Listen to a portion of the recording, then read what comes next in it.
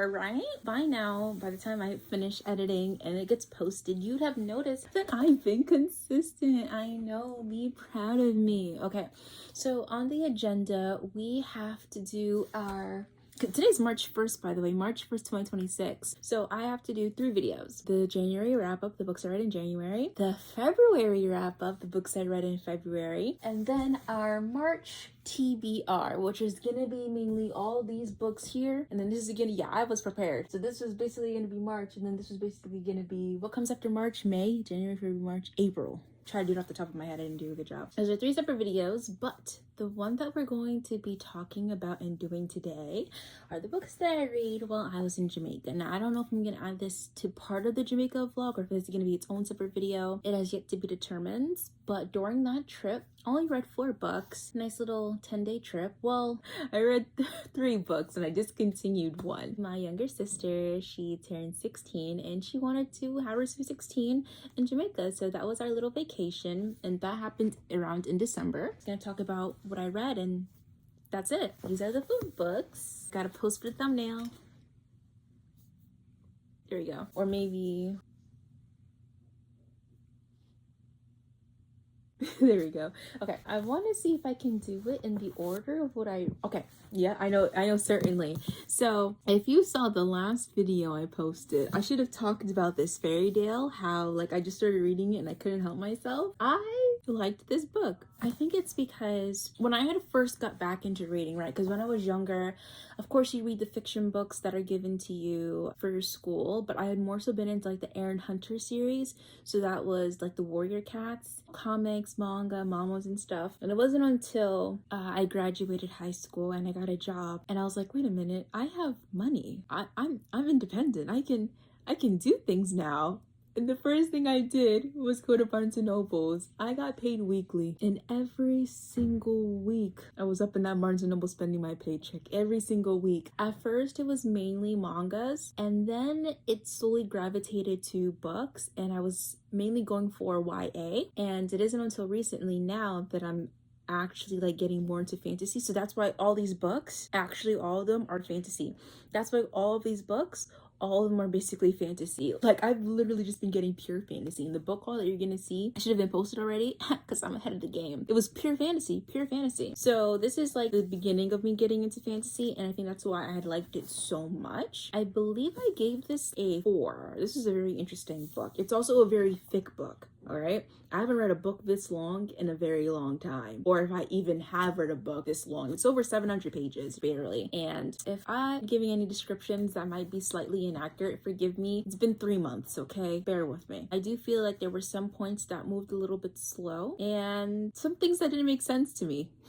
We're gonna go down memory lane together. So we're gonna start off with basically what's in the blurb, so what the book is about. We have the female main character. Her name is Darcy, and she is an orphan until all of a sudden she gets a letter in the mail saying that her father has passed away and she is in the will. So now all of a sudden she's like, oh, I have a father, I have a family, and the will is a large amount of money. So she goes to where her family lives, which is called Fairydale, and the story goes on from there, because everything is not what it seems. Now, when I had first started this book, now we're gonna get more into spoilers. I would say light spoilers for at this point. There is a Caleb and an Amon. And in the beginning of the book, I'm like, oh yeah, no, definitely, they're the same exact person. And then as I kept reading, I'm like, oh, no, they're different people. Who am I supposed to root for? And then I got towards the middle of the book and I'm like, oh no, they're the same person. So it's crazy how sometimes I can read a book and I'm like, oh yeah, no, they're the same person. Then I'll be like, oh wait, are they different people? And then no, it turns out they're the same person. So good on them. Either I'm just too dense or they did a good job with the switcheroo.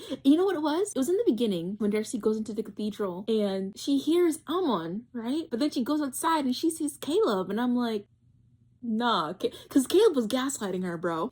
She was like, was that you in the cathedral? And he was like, nah, you know, the cathedral is locked, right? Like, you're not supposed to be in there. Like, he gaslit her so hard that he gaslit the reader, because I'm like, oh shoot, are they not the same person? Basically, Darcy goes to Fairydale And the moment she enters, things get a little weird, right? It gets clear outside, and then boom, all of a sudden there's rain and it's storming, and she steps out to kind of help the driver, the man who picks her up, to take things off the car because newspaper is flying on it. And then oddly enough, while the driver is wet, Darcy is not. And it kind of starts from there that a little bit of disdain. He's like, oh, you're not wet? Like, sorry for being dry, sir. And then her reasoning was, oh, I guess the way the wind blew.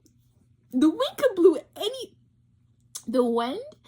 blow any which way. It could blow north, south, east, west, left, right. It doesn't matter. If it's raining, you're going to get wet. The wind does not prevent you from getting wet no matter which direction it's blowing. If you had an umbrella, you can use that, you know, as a reason. But there was nothing. So that didn't make any sense. But I guess in her logic, that did. Because she believed it. She was like, oh, no, it's just because, you know, the wind. Like, she was telling people that. And I'm like, no, that's not how it works. She meets her stepmother because, you know, it turned out that her father was cheating basically on his wife. And she also meets her half siblings. She has a brother and a sister, and the sister is clearly like doesn't like her, but the brother, he seems cordial enough. And where she's staying, unfortunately, won't be in the family house, but in the separate manor that is owned by the family. So she does try really hard to decline, which I do appreciate. And I say that because typically whenever there's like a female lead who doesn't want to do something, you kind of just go along with the flow. So it's kind of refreshing for her to vividly be like, no, like I'm okay, like I actually do not want to. But it was a good reason for her to go, so it ended up working out that way.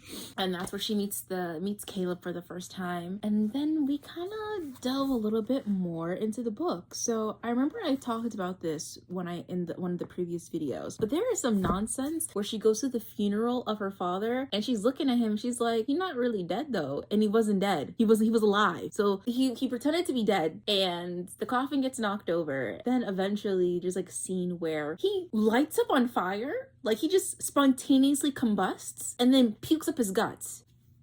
Does that seem normal to you? Like, she's not concerned or curious. If I didn't believe in magic and my supposed father, who pretended to be dead, starts puking up his organs and then combusts into flames, I would be very scared and concerned. That's not normal. People do not combust randomly into flames. There was no match. There was no kabooey. He just randomly lit up. That's not normal. She's like, I wonder what's going on here. Who could have? Like, she's not scared or concerned. That's not normal. It isn't. And everyone's like calling her a witch. So I'm like, I just got into town. I'm just existing here. And then my dad just blows up and now I'm being called a witch. So that was just interesting to me. I'm trying to work with my memory here, so bear with me. She meets Caleb, and she's supposed to stay away from Caleb apparently. Like, Caleb's like bad news, but of course she, you know, meets him, gets along with him, meets the family. And as you further progress, you kind of find out that she had a previous life. I believe the previous life name was Elizabeth. And so you see when Elizabeth meets Amon, and that she actually had abilities. And that was actually genuinely really sweet until you find out the whole history behind it. So she met Amon, they fell in love. Unfortunately, Elizabeth was not able to have children, but they did adopt her late sister's children.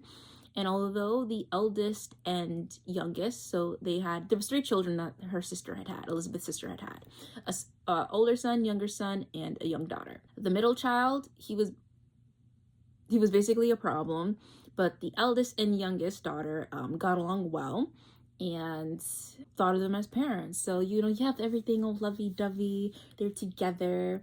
We're not going to talk about the fact that, you know, the mother tried to kill, you know, the husband a few times and try to keep Elizabeth away. No, we're not going to talk about that. Or that the fact that he pretended to die and they made a whole new existence just so that he could be with Elizabeth. We're not going to talk about that.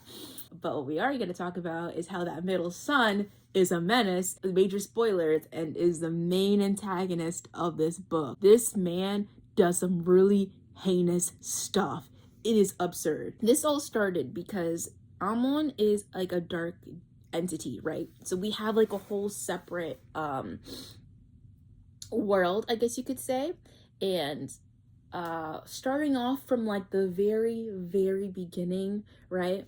Darcy, her first incarnation, what's her name?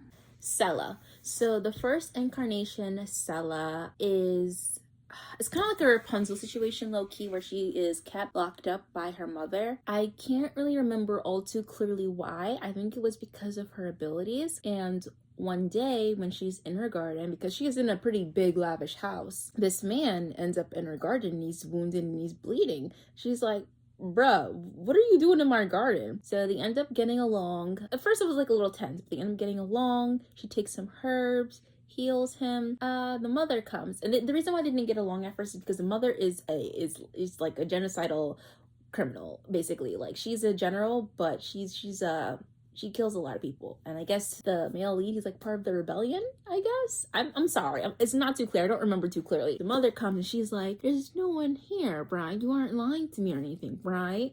She's like, no, mother, what are you talking about? No one's here. Eventually, the two of them break out of Sella's, I guess, prison or whatever you may call it, and they fight. And then eventually, Amon gets captured, so Sella goes to protect him. In doing so, she had to fight against her mother. And although the mother lost, she took something away from Sella, which is her ability to reproduce. She didn't know that at first, though. So she kills the mother, she rescues Amon, and they run away from their realm, and they live life. Then it goes like to them being in Rome, because they kind of like go from their realm to like our realm to Earth, and they're living life. Her ability is kind of like healing or something of that nature. So every now and again they have to move because they don't age. Well, they age very slowly, so they don't want to draw attention to themselves. And after all of these years, millennia, they notice something.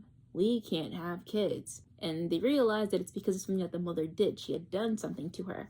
So Sella is desperate to have kids, basically. She really wants to have kids with Amon. They keep trying to find doctors who can see what's wrong with them, until one day a friend of theirs, previously in I think an old dimension, in the old realm, sees them.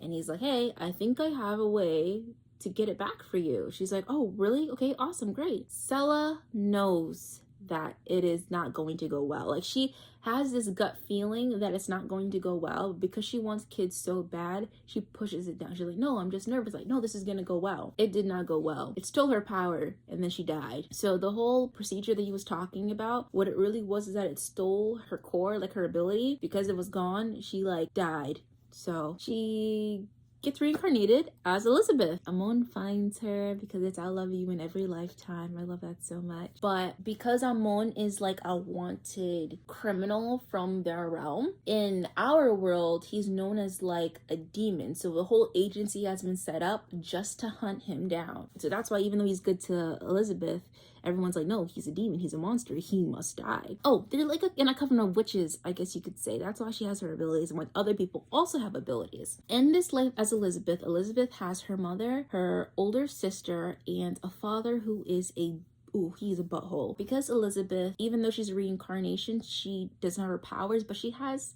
a little bit of an oddness to her, and everyone can see it. And that is why her father wants to basically sell her off before it becomes too evident that she's weird.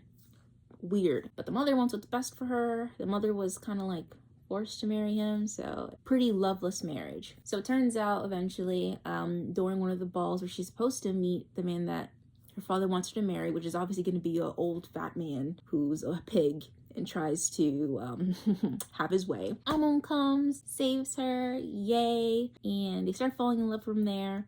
And the mother is like, stay away from that man. She does not stay away from that man. So she gets a shotgun and kills him. Is that not crazy? They had her endeavors at a ball, and bro, tell me why they're having a moment together, and then the mother just pulls up, boom. Like, his chest is just, it was so funny. Like, I was like really shocked. I had to reread the picture. I was like, what's going on here? She ends up going into a really big depression. Like, for 3 months, she doesn't eat anything. Like, she's skin and bones. Like, she is not healthy. And the mother's like, she'll be fine.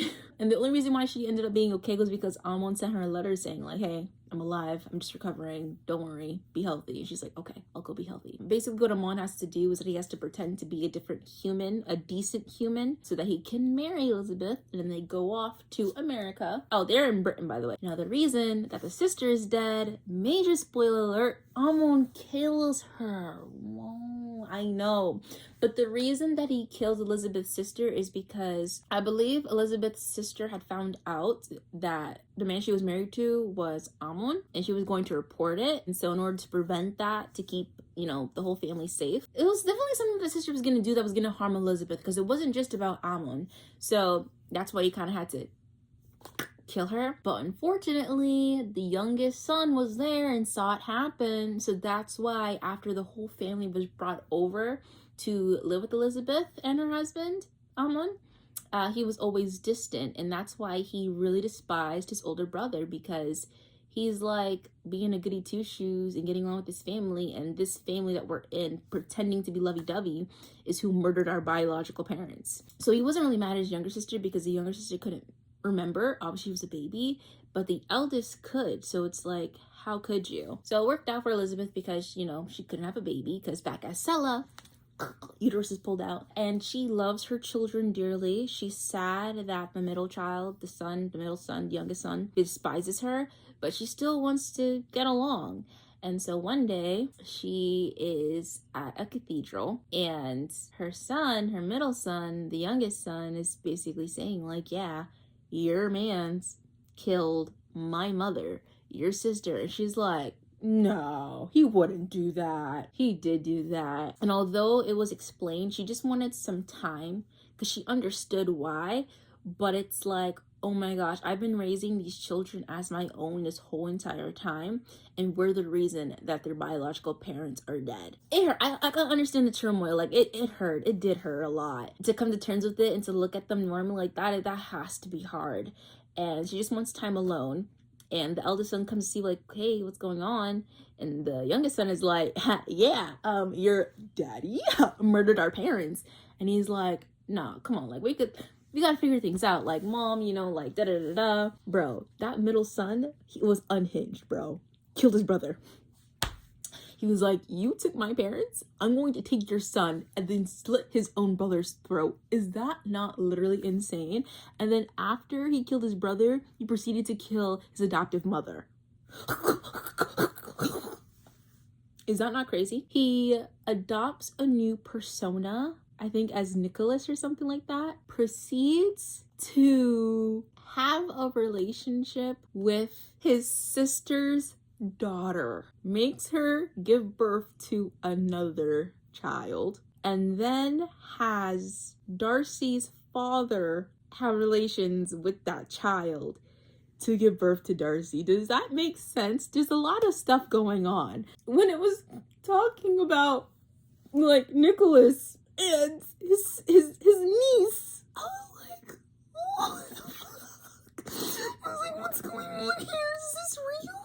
That man was sick. All for power. So anyway, eventually, because there's a lot more intricate stuff, but I'll leave a little. I'll leave a little bit, just so you, if you're intrigued, you can go read it for yourself. If you're not turned off by this at all.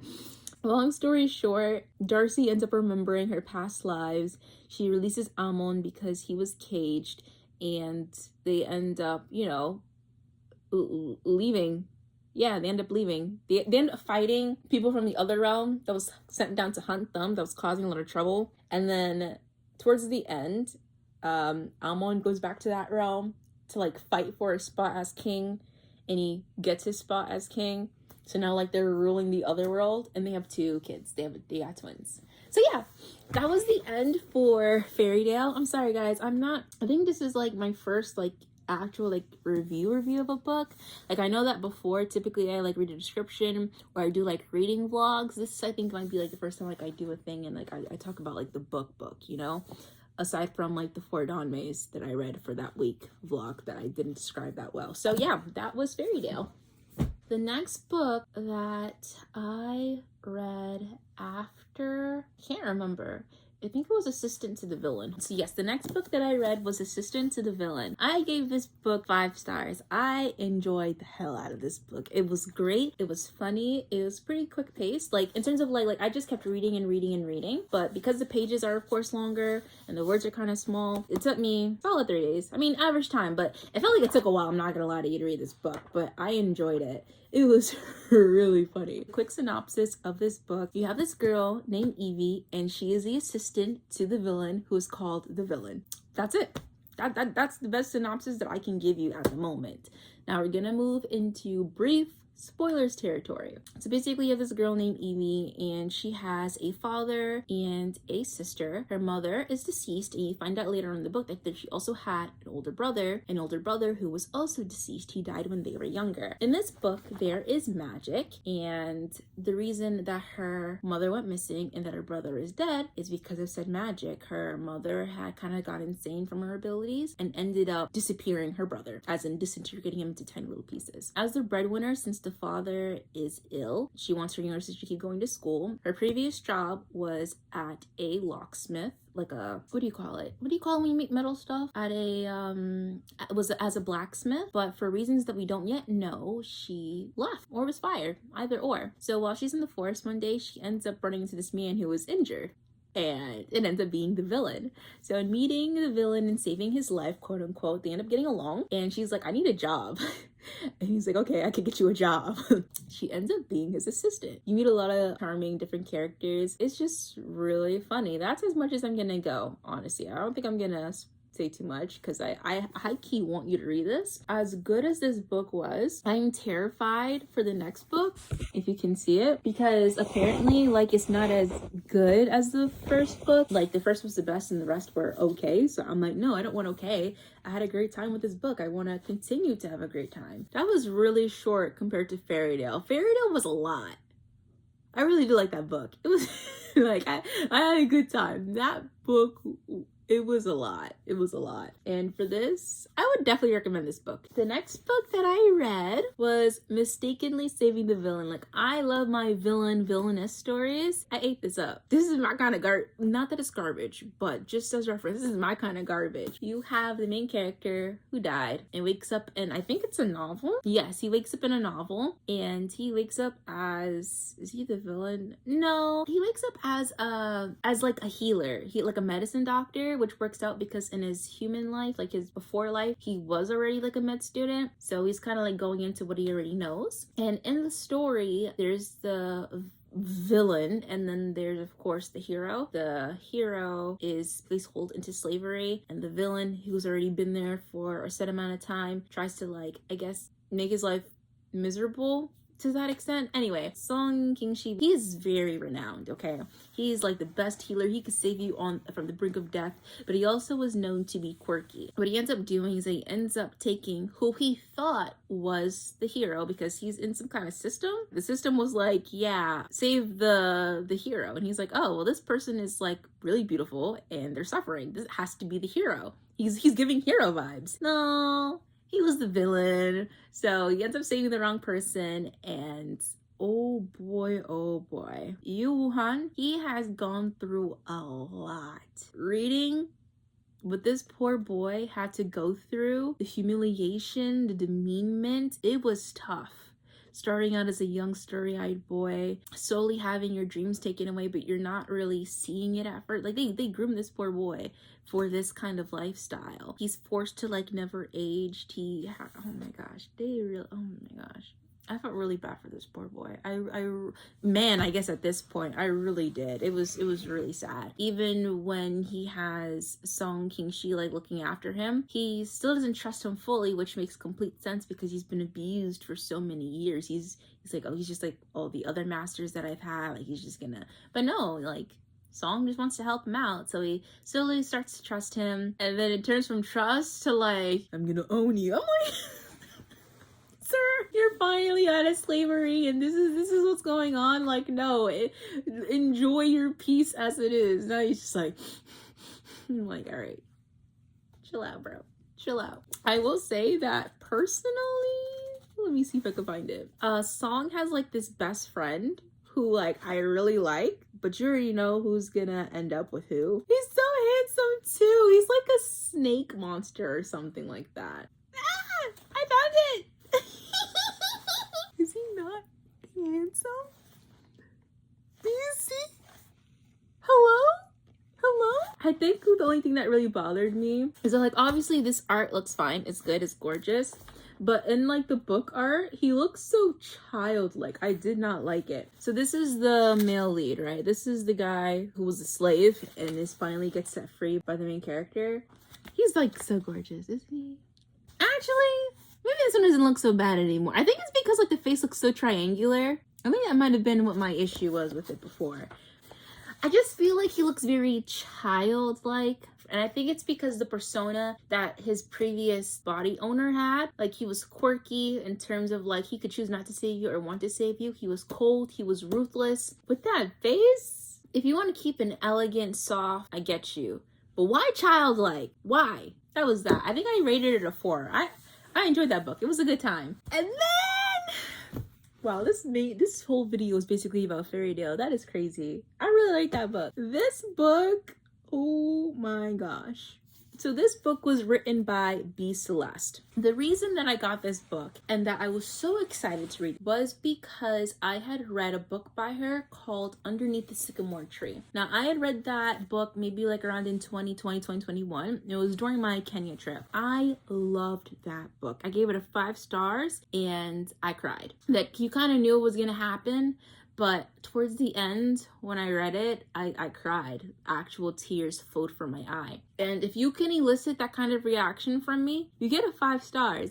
Things that get 5 stars make me cry or laugh out loud. So The Deal got 5 stars because I laughed out loud. Assistant to the Villain got 5 stars because it made me laugh out loud. So I was in Barnes & Noble's and I was like, oh shoot, like B. Celeste has more books. Well, if I liked her first book, I should like her other ones. So it's basically like a sports romance. This sport would be football. I really tried to like this because I like B. Celeste, but there was just something about it that angered me. I got to page 66, 67, and by then I just could not force myself to keep reading. I was like, no, that's a wrap. Basically, it's about a girl named Ivy, and back at home, she used to date this man named Aiden, and eventually, I don't remember what was going on at home that she had to run away, but she was like, hey, do you want to run away with me? And he didn't want to run away because he had a good career at where he was for football, which makes sense. So she left, and now they're in university, and they meet again, and she's pretending like she don't know him low-key, but he's still low-key looking out for her. So one day, from her house, there's like a party being thrown, and